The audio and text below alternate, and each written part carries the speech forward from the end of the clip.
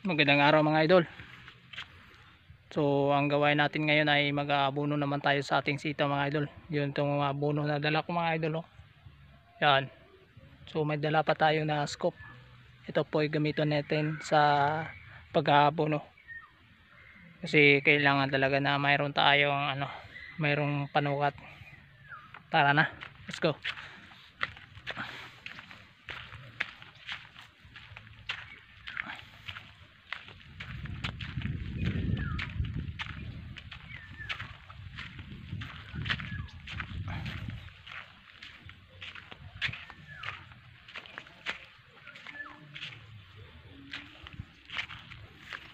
So dito tayo magsisimula mga idol. Yun. So may mga butas na yung mga lopa mga idol, yun, oh. Butas. So mayroon ng butas. So lagyan na natin yan. Ito yung pag-aabono natin mga idol ay para po sa upang mapabilis yung paglaki ng bunga at dadami yung bulaklak. Kaya pahabulan natin ng abono para po na dadami yung bunga niya at marami din mapipitas natin. Okay, so ito yung pang sando ko mga idol. Ito mga idol, ito yung gagamitin natin. Yan, so hindi natin punuin, nandyan lang, medyo lang, yan, ganyan. Ilagay natin dito sa butas. Yan. Kaya nga nilalagyan niya ng butas mga idol, kaya para kahit umulan man siya ay ang abono hindi po ma-useless, hindi po ma-wash out. Yan. Kaya bawat puno ay lalagyan natin.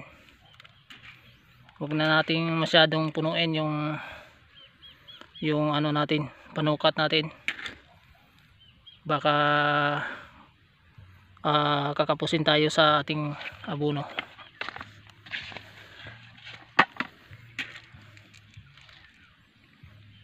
Itong abono to mga idol ay panglas na nating abono sa sitaw natin. Tapos yung bali yung tuloy-tuloy na abono hanggat may bunga siya, yung dilig kailangan talagang diligan mga idol. Pero ang ganitong pag-aabono ay ilang beses lang ito mangyari sa sitaw, 3 beses, yan lang,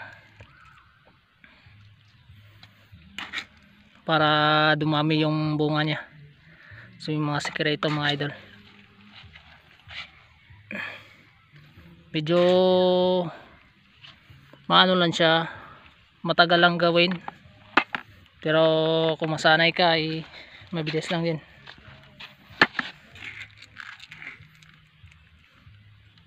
Kailangan na bigyan natin ng abono mga idol para kung sa ganon ay bigyan din tayo ng bunga ng ating tanim.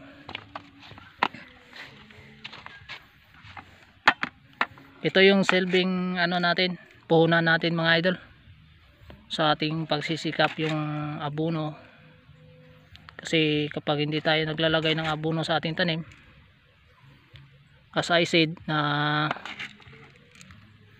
talagang kunti lang yung natin, ma-harvest natin.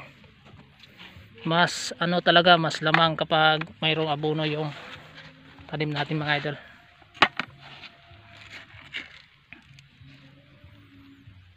Yan. Andito kasing namin mga idol ay kasi simula pa lang magbunga, konti pa lang.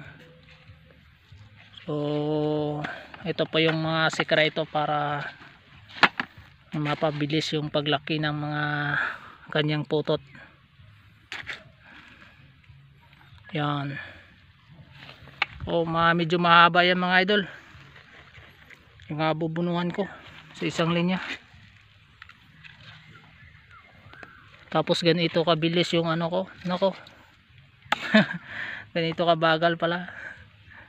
Yan, left hand kasi yung gamit ko mga idol, kaya medyo mabagal.